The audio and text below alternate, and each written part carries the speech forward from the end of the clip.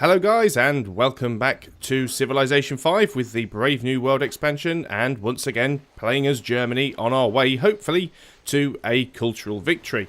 In the last video, I went to war with Japan, very briefly, because they had a settler that was snooping around land that I'd quite like to claim at some point. And I didn't want Japan setting up a random city here, because that's just going to make life hard for me. So I decided to go to war and kill their settler. After a few turns of nothing happening, because they didn't have any forces near me, nor I near them, we offered peace, and he gave me a city. Just completely random. Don't know why he felt the need to. He could have quite easily just peaced out without that, but I took it anyway. Not necessarily going to help things all that much in the future. We've left it as a puppet to see what happens. We've also got a few missionaries, which we got from a world wonder. So we're going to push on. Hopefully spread our religion a little bit and build our cities up. Remember, I still have that spare settler here that I originally produced. I was going to pop them down on this piece of land, but I don't think that's the best use for them, really, so I'm not going to be doing that. I'll keep them around just in case I do happen to find some land that is useful. Let's get the research info back up. Currently researching chivalry, because I said I would like to get Alhambra up if I can, because that would give me... Not too bothered about the military promotions that it gives me, but it does boost cultural output in the city by 20%. I'm not sure if anybody has already built that. We can check by going into diplomacy, looking in the diplomacy overview and global politics, and we should be able to see any wonders that anybody has built. Caesar already has it, so we're not going to get Alhambra, which is a shame. But I don't mind too much. It's not the end of the world, and I can live with that. One thing I haven't looked at in a while is the demographics. It's under the, just show you where that is again. It's under the additional information, demographics. So, as you can see, population, we have the highest, so we have more people than anybody else. Japan have the lowest, and we're, there's the average.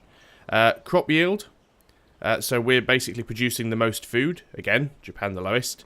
Manufactured goods, so we have the highest production, with the Songhai being the lowest.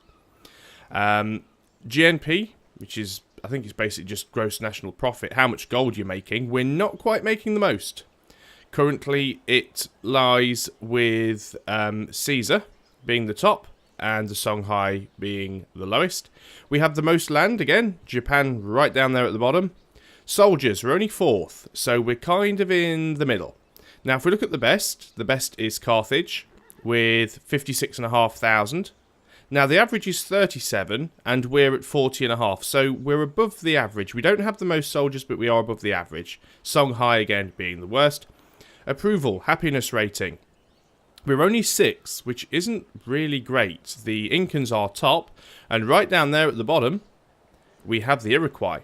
And then science, again, we're not even top in science. I'm quite a way down there. Maybe that's because I've got some old techs that I need to backfill in, but we certainly need to improve our tech level. Currently, the Romans are way out in front and the Japanese at the bottom. It's actually quite good for us that the approval is so low with the Iroquois, because it is possible, although not at this stage of the game, it is possible to actually get a city to flip over to your side by cultural pressure if they have a... particularly low happiness, because you will start especially when we start to get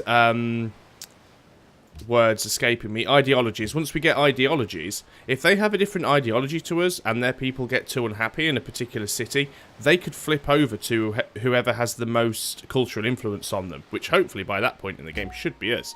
So that could be quite interesting.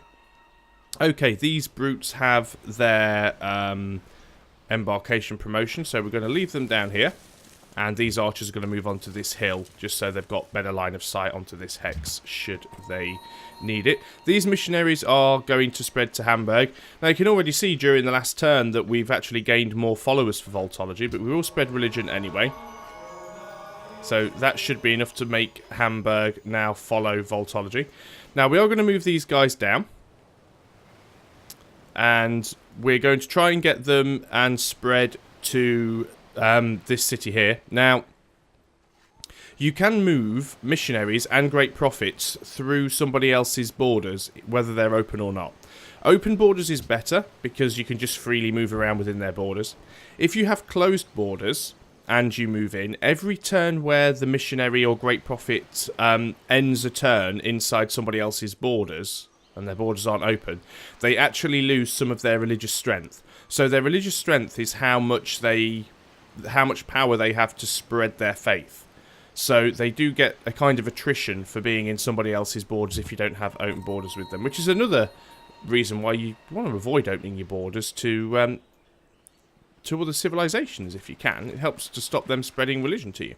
We're going to get these guys to try and spread to Singapore and then to Usually you only get 2 religion spreads out of a missionary anyway. I can't really move them any closer because these guys are in the way, so let's move them here, and at least, I'm not sure if that actually gives them the, yeah, they don't get the combat training because they're not a military unit, which is a little bit sad. You know, they still suffer the same movement penalties that every other ground-based unit does, so why not give them the altitude training? They're human, the same as the archers and, you know, the pikemen and everybody else. So that's a little bit disappointing that they don't get that. But luckily, they have moved their people away from Singapore. So I can now move these guys close enough. Of course, they've moved onto a hill. But they have 4 movements, so that's okay. So we use 2 movement to get onto a hill. We can still spread religion, and that spreads voltology to Singapore. Yep, just a bit of a delay there. I was going to say maybe there wasn't quite enough to do that. Not sure if they actually get attrition inside city-state borders, actually. Definitely won't if you're friendly, because if you're friendly with a city-state, you've got open borders anyway. You can't trespass in a friendly city-state, but we shall see what happens. So we're just going to get these guys on alert. We've got this caravan once again. It was trading with We're going to carry on with that. Get the extra money where we can. We do need to sort out happiness problems. We do need to get our technology up and running as soon as possible. If you remember, I set Hamburg up and said that Hamburg was going to be our scientific city, so I do need to kind of start pushing on that. I need to get more libraries up and national colleges and things like that. Okay, those guys are going to stay on alert. These missionaries have spread here. Now, I told them to move into this hex. The problem they've got now, of course, is that there's other units in there, so we're going to move them down onto this hill, and they can sit there. Now, if you remember, as I said before, certain wonders do actually require you to have a prerequisite building built in a number of different cities. That doesn't apply to puppets. So because I've got that city that I took from Japan, that city is actually a puppet. I can't control what it builds, but it means I don't have to have it build something specific in order for me to be able to build wonders and stuff. So how far can we get these missionaries? Well, not very far because of all these flipping units that are in the way, so we're going to leave them there for now. Hopefully we'll get a gap on the next turn. Munich has now finished this market, which is fantastic. We've got to go for the university. We need to get science up and running, and also I would like to be able to get the Oxford University, which was one of the things I was heading towards. Doesn't necessarily mean we'll get it, but I'd certainly like to try. Doesn't look like he has suffered attrition. I would like to get him into Ur's territory. The problem I've got, of course, is there's lots of units everywhere, so I may just skip the turn. Hopefully he won't suffer any attrition. You're going to skip the turn there because you can't go anywhere, and we will move on to the next turn. Now, one of the units that I do actually have on automated at the moment is my trireme, assuming I've still got it, which is just basically swimming around and trying to discover as much land as possible. Bearing in mind it can only move in the shallow coastal tiles, so it can't explore the entire map. We will head towards Optic so that we can explore the ocean, and then we'll get some caravels and we'll try and find as much land as we can. Caravels have very, very fast movement. So we can move here, and we have 1 religion spread left. We're going to pop that straight away. Might not be enough to flip it over. It's enough to balance it out. So as you can see now, it's got 4 followers of his original pantheon, but it also has 4 followers of voltology. But he's actually getting 12 pressure, and that pressure may be coming from, well, we don't have any direct trade with him, but we do have a city that's next to him. Maybe he has a trade route with us. That's quite possible that he has a trade route with us. So he's actually getting religious pressure from the fact that he's trading with Hamburg, quite possibly. So it will eventually flip over. These guys can now actually move out. They're not going to get close enough to actually pop it on this turn, but we're going to... Oh, that fort's just disappeared and turned into a trading post. That was interesting. So let's go on to the next turn. Nope, there's a unit that needs orders. Where were we sending you guys? I assume that I was going to send you down to Munich, which would make sense. Obviously, it makes sense to convert my own cities first before converting enemy cities, because it's much easier for an enemy to convert their city back than it is for them to get to yours. Of course, the thing with the religion. Okay. So is this a new deal, or is this one we already had? Doesn't say that it is, but he's willing to give me 4 gold per turn and open his borders for salt. I am more than happy to accommodate you there, because we now have open borders with somebody else. So what I was saying with the religion system and spreading religion, it's very passive-aggressive, because there isn't really any way you can stop someone from spreading their religion to you. Because even if you keep your borders closed, great writer, even if you keep your borders closed, they can still actually get in and convert you. The only way you can really stop them is by either directly attacking the missionaries, or the great prophets, which of course is an act of war, or you could potentially surround your cities with military units so that they can't move their missionaries adjacent to the city. That's the only real way you could do that. So let's have a look what we've got here. Just to have a quick look at, not social policies, that's not what I wanted to have a look at, was cultural overview. If we now look at influence by player, you can see that if we look at Rome, we have a 40% bonus for open borders. We've got a 40% bonus for trade routes between Japan. So just imagine if we actually had open borders and a trade route between Rome. We'd be doing much better there. Carthage and the Japanese, we're actually up to familiar with Japan. So, acquired benefits, each trade routes to influence Civ, 1 extra science, spies establish surveillance in 1 turn. When conquering, when conquering influence cities, Civ, 25 production in unrest time and population loss. So what this basically means is that when you get a certain level of cultural influence with another civilization, so as you can see, you know, we're 36% influential over Japan, and once we get to 60%, we will be popular instead of familiar, and you get a certain amount of benefits depending on the level of familiarity that you have. So, you know, we get additional science from trade routes. Spies take less time to establish surveillance.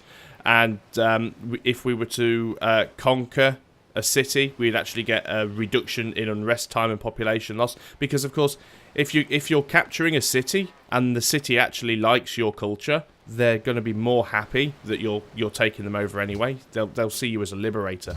So that's actually quite a nice little mechanic. So those guys have hooked up that salt there. I'm going to go and get them to do the iron next, because, you know, then we'll have iron. Like I said, the hex isn't close enough for us to work, but if we build a mine here, we will at least get the iron. We'll still get the resource, even though we can't work the tile. These missionaries are now going to spread, and that's their last use, but we've now converted over. I'm trying to remember what my religion is, because we've got 5 followers in we have 7 followers in Singapore, and we didn't quite flip this over, but it still has 4 followers. Now, I think we took tithe. Yeah, so we get 1 gold per turn for every 4 followers of this religion. So we're getting a gold per turn from here anyway, because it has 4 followers, even though it's not flipped over. Still has 4 followers, there's a gold per turn. We've got 9 followers there, so there's another 2 gold per turn. We have 13 followers here, so there's another 3 gold per turn. We've got 7 here, and we've got 5 there. So it's going to be 1 gold and 1... I'm not sure if it adds them all together and then works it out, or it goes on a per city basis. Because obviously it could add the 7 to the 5 there and get 12, which would be 3 gold. Or it might just count that as 1 gold and that as 1 gold. Not too sure the way that works, but we're getting gold. Gold is good. Temples provide +2 culture in cities with 5 followers. Now, that's a follower belief. So, if I have 5 followers here, which I do, I have more, and I have a temple, I'll gain the extra culture from it. If he has 5 followers of Voltology here, and he has a temple, he will get the cultural bonus from that, because it benefits the follower. Also, as well, a 1% production boost for each follower. So, in cities with a lot of followers, that's a lot of production boost. And also defend with the faith. So, we actually have, 13 followers here, which is an extra 13 production per turn, which is really nice. So we have a great writer, and as before, we can either write a political treaty, which will give us an instant 555 culture, or we can write a great work, which we can do because we have a space for it. So we're going to do that, and that should take our tourism up from 6 to 8. And the workers have arrived here. The first thing I'm going to get them to do is connect up that gold, because we're not actually using... we can't control which hexes this city works, because obviously it's a puppet city. We can have a look, though, and we can see that it's working these 3 tiles because it's trying to get food. We can look at the city management. We can't change the focus. It is actually set to gold focus, which is strange that it's set to gold focus but isn't actually... working the one tile that provides gold. But we're going to build the mine here, and that will at least give us access to gold as a resource. And Cologne has now grown. I've almost forgotten about this city up here. It's just been sat here not doing an awful lot. We do need to get some workers up here. I will probably build a worker up here, or possibly buy one when I've got enough cash to do that. Because the only reason it's up there was to get the silver. So we need to get that connected up to our little network as soon as possible. And I think that's pretty much all of our missionaries done, apart from this one over here that's going to go down first and get Munich. And then I don't know what I'm going to do with it. I might flip Grand River over, which would potentially be nice. But we'll deal with our own cities first. So it's going to be 6 turns to construct a mine. It would give this city an extra 1 production. And it would give us gold. But that's not gold as in money, it's gold as in a resource. We're going to build a mine here. We will lose 1 food, because of course we will be removing the forest. But as it says at the bottom of the little pop-up box there, the forest will be removed, providing 10 production to the nearest city. So whenever you remove a forest or jungle, you do lose the 1 production per turn or 2 production per turn that it grants you. But removing a forest or jungle actually gives you a one-time production boost to the closest city. Because it is, I assume it means that all of the wood they chop down goes to the city to be used in construction. So that's probably the reason for that. It seems to make sense to me.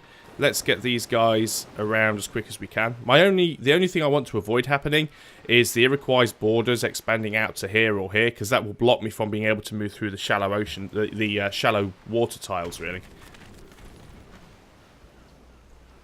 Now I can't help noticing catapults. You see? Catapults. I'm almost certain that he is going to try and declare war on me again. Almost positive. And catapults are nasty, but unfortunately they're not very useful against units. They do most of their damage to buildings. They're a siege weapon. They're pretty useless when it comes to actually fighting buildings. So we might have to pop some units out here, some more archers, just so we can try and take their stuff out. Again, it's another turn where I couldn't do an awful lot, so we're just going to let the AI take its turn, see what it decides it is going to do.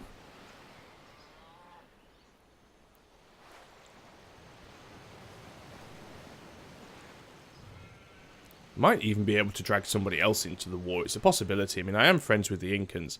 I'm not sure how much the Incans can actually do to help me. But, okay, we've still got you guys selected, so we'll get you down here as quickly as possible. And wow, it's another turn where I can't do anything. There we go, clearing a forest has created 10 production for Berlin. But that's literally just 10, not 10 production per turn, that literally is just an extra 10 production added to whatever it was they were currently building. He seems to have moved that catapult. I mean, I can't see him coming up here, because he's going to have to go through Singapore. Now, Singapore... Okay, we've built Machu Picchu, which is great, because we get an extra 25% gold from city connections. But just looking up here, who are Singapore allied with? Singapore aren't actually allied with anybody at the moment, so... which is good. So, first things first, let's take this missionary, move him here, and spread religion. And that instantly puts 3 followers in Munich. It's only 3 followers, so we're not really getting any bonuses from Munich yet, because it's obviously got such a small population, but it's enough to flip the city over. So I might move these guys up to Grand River now, actually, and try and flip that over if I can. Hamburg.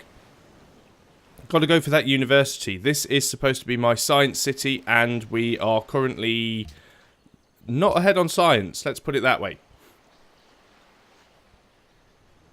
Maybe Hiawatha is deciding he's going to try and attack me down here. I don't know, I think this city's too far away. I think Munich is too far for him to want to move units down and attack. And if he's going to move all of his units south, I'm just going to attack him up here. So, I don't know.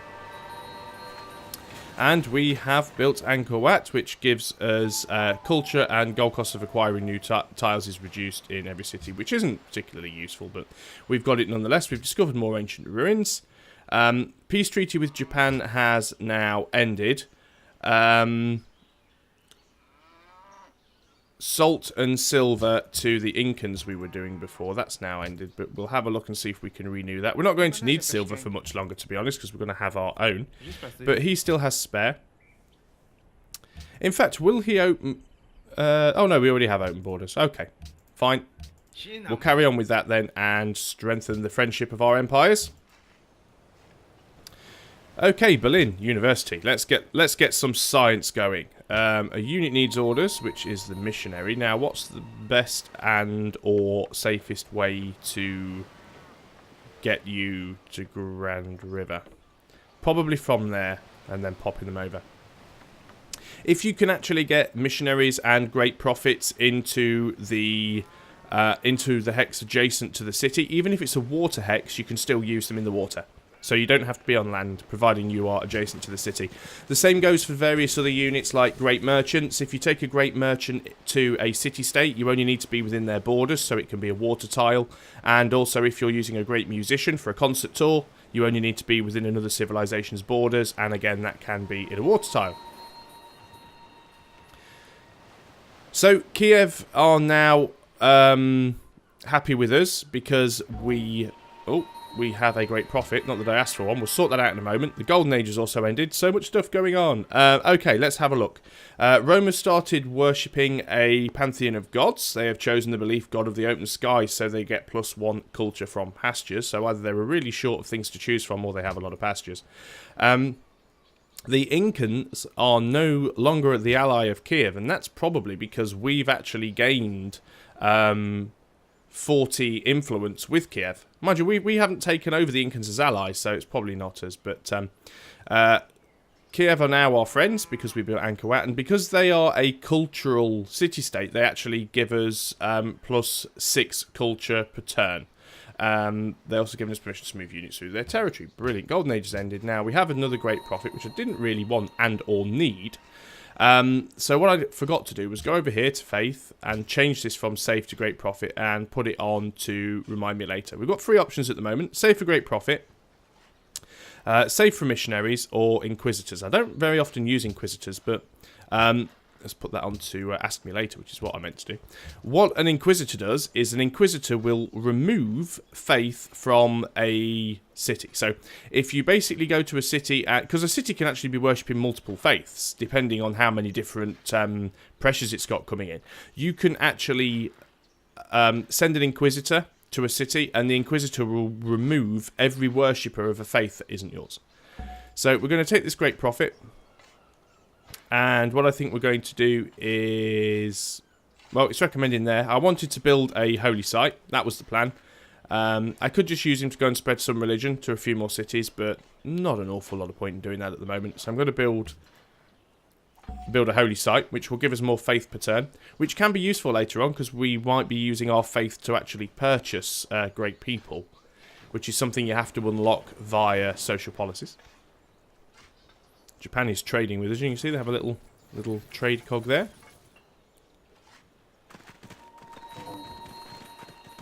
Okay, so a lot of stuff going on here. A deal where we provided gold. Carthage were providing gold every turn. Dido opened borders. Dido provided horses, and we were providing salt. So she was giving us a lot of stuff for salt. We now have the gold hooked up, which means Munich has entered a Wheel of the King Day because Munich wanted gold. And obviously it gives us a bit extra happiness. Let's just go and speak to Carthage. Will she make the same deal again? Do you still want salt? What will you give me for it? She's only willing to give us horses for it this time. I want you to open your borders. Yeah, there we go. So we're not getting any money, but she's happy to keep her borders open. So let's go with that. The Iroquois have founded the new religion of Buddhism.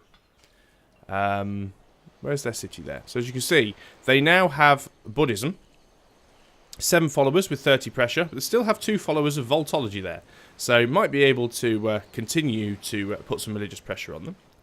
But it also means we're probably going to end up with some religious pressure here as well. So we'll see how that works out for them. Now these guys, I might as well try and get them to help them with the food production. We can probably upgrade this tile here, because it's the only other land tile that's been worked with. They're still not working, this tile. I mean, I can't make them do that, so we're going to go over here and see what we can build. Probably just a farm, to be honest, but at least it'll give them an extra food per turn. It'll help them grow quicker, because 42 turns to grow in size from 3 to 4 is a long, long time. The Iroquois and the Inca are now friends. Now, that's not particularly good news for me, because it was the Inca that I was going to try and rely on if I actually ended up having to go to war. We'll accept that deal, keep that going. The extra happiness from the citrus is always nice. Very happy about the score now. I'm almost double what Caesar has. So these guys can build a farm, and then that tile will give 2 food and 1 production instead of 1 food and 1 production. And again, wow, that was a turn where we didn't do much. Did I actually put these guys to sleep? No, I didn't actually, did I? I told them to move up here. It's just taking them absolutely flipping ages to do it. Okay, next turn.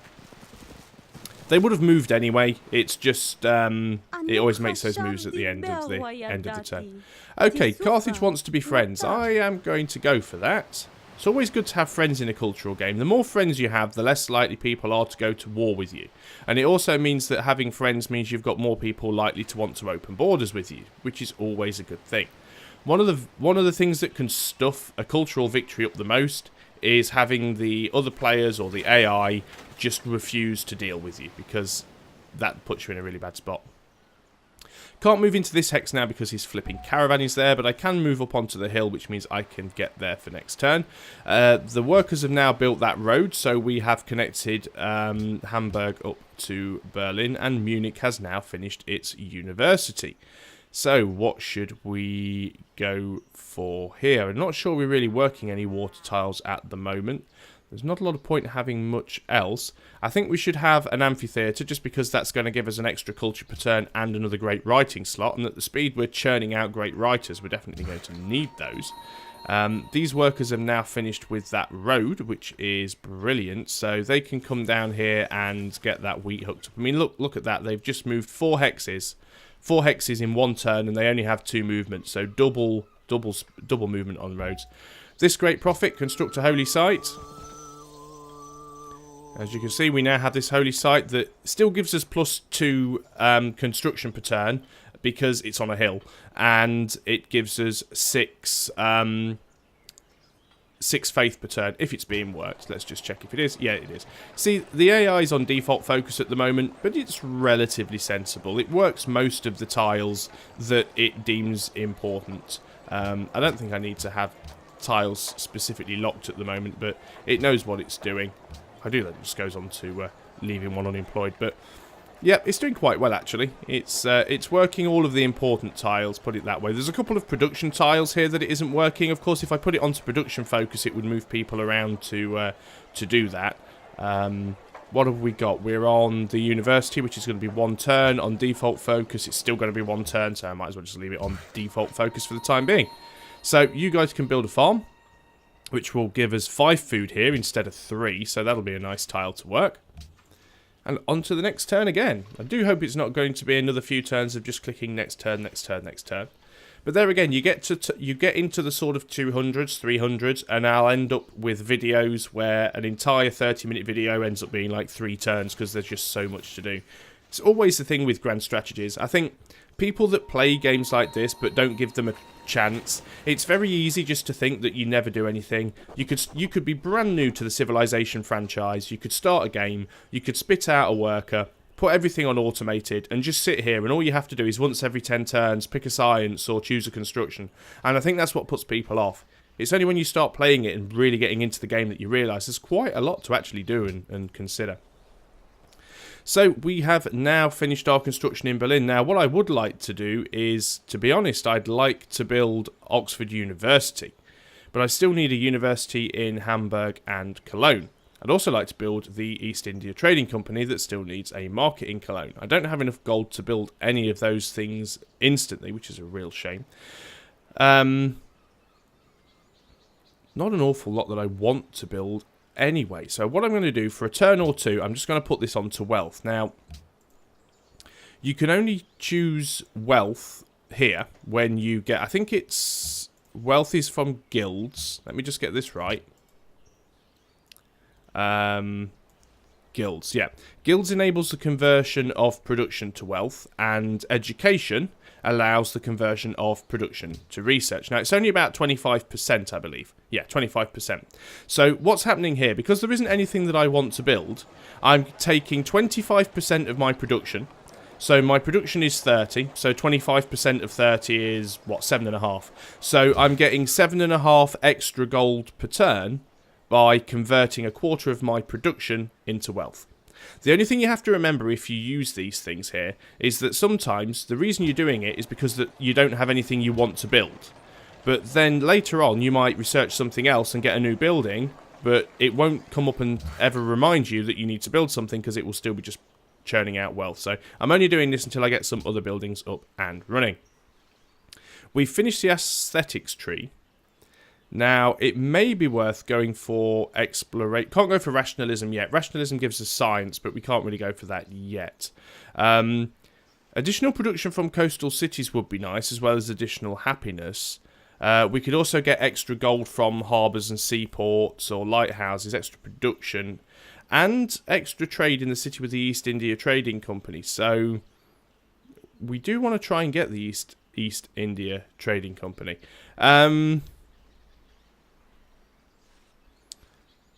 Now, which is the one? I'm trying to remember now. Is it commerce? No, I'm trying to remember the one that actually lets you see all of the additional archaeological dig sites on the map, and I can't remember which one it is now.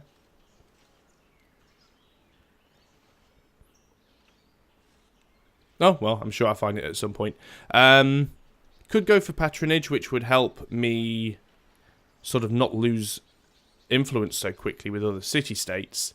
Could go into Liberty a little bit, but it seems a bit of a waste of time now because I think the majority of my expansion is finished. Although it would be nice to have the reduction in cultural policy cost. But I think we're going to go for exploration. Especially on a map that's mainly water. Needs doing. So these guys have finished that mine. Now it's not recommending anything particularly, but that doesn't mean that nothing needs doing. So what they should probably do next is these bananas, to be honest. Let's get them hooked up for the additional food. We can grow Hamburg a little bit quicker. Okay, we've got 4 movement, which means we can get there. And we can see now that they've got that catapult stationed inside Grand River. And we can spread. Now, we've only managed to get 1 follower. Oh, no, so it just took its time updating. So they now have 6 followers, and they're getting 24 pressure, because obviously we've got our cities close to them, and they're probably trading with Singapore as well, and getting pressure from there.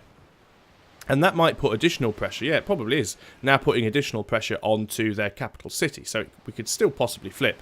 Because this is their holy city, it's the holy city for Buddhism, it will always have a certain amount of religious pressure anyway, emanating from its own religion. So I'll never truly get rid of it unless I capture that city. Not sure if any more religions. No, there's still two religions that can still be founded. There is a limit, so the number of religions that can be founded in any game, which is based on the number of players. So not every single player can have their own religion. She still wants me to open my borders, and she wants to give me 1 gold per turn for it. If you want to open your borders... No, well, like I said, lady, if it's not good enough for you, it's not good enough for me. So and the Inca are now allies, which is not bad. I mean, they're still my friend. I'm happy with that. I'm happy with friendship. Let's go on to the next turn. Let's see if we can get something exciting to happen. But not war. We don't want war. War's a little too exciting. She's noticed that we've become friends with the Inca, and they have done the same. Great. So now Carthage is friends with us and the Incans, which is good.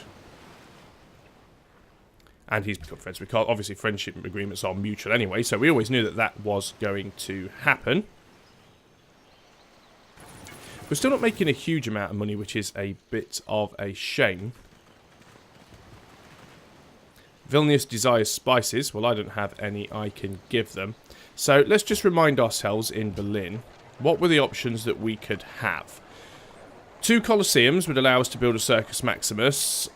1 library count would allow us to build a National College, which would give us an extra 50% science.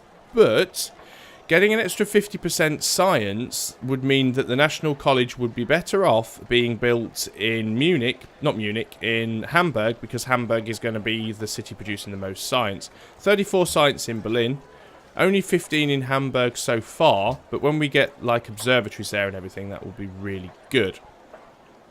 We still need universities in Hamburg and Cologne, though. That's our major problem. Oxford University I want to get more than anything, and the East India Trading Company, but I think East India Trading Company is one of those wonders that anyone can have. I'm not 100% sure off the top of my head now. It would be nice if it was one of those things that told you. National College, if anything ever says national, then obviously you can each civilization can have one. But it would be nice if it told you which one of these were unique. So we can either build 1 market in Cologne, or we could build 2 universities in Hamburg and Cologne. Well, Hamburg's currently working on its university anyway. Then we've got to build it in Cologne. So can we build a market in Cologne? I guess that's what it comes down to. That's Geneva, not Cologne. Cologne's over here somewhere. There it is. So what's it currently building? A granary, which is going to take forever. Can we purchase a market? No, because a market is 500 gold, and we don't have 500 gold. But in a few turns, we may well be able to do that. So remember, if and when we get to 500 gold. Oh, and now Dido wants a research agreement. Ah. She doesn't have a lot of gold, though.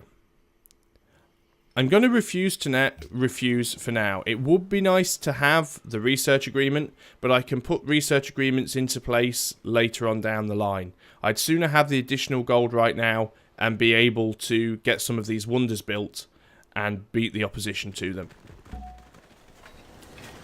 So there we go. We'll just finish queuing everything up for this turn, and then I will call that a video. Again, there's not an awful lot else that I can do down here. Not really sure we're generating great people.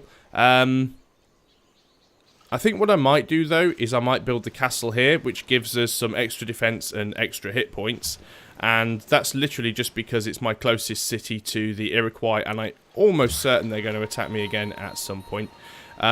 We're going to build a plantation, which will give us an extra 1 production. Now, what you've got to remember is that the jungle will be removed here. So we will...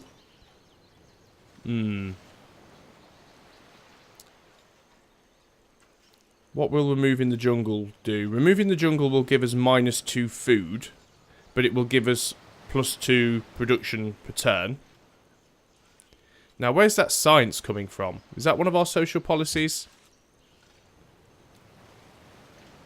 I don't see what it is. I know there are some things where you get science from jungles, but I can't remember what it is. So you really want to avoid chopping jungles down where you can help it. So I don't actually think I'm going to chop that jungle down. I think I'm going to leave it as it is, and we can just build a farm here, in fact, or even a mine on this hex, because that, you know, it's a hill.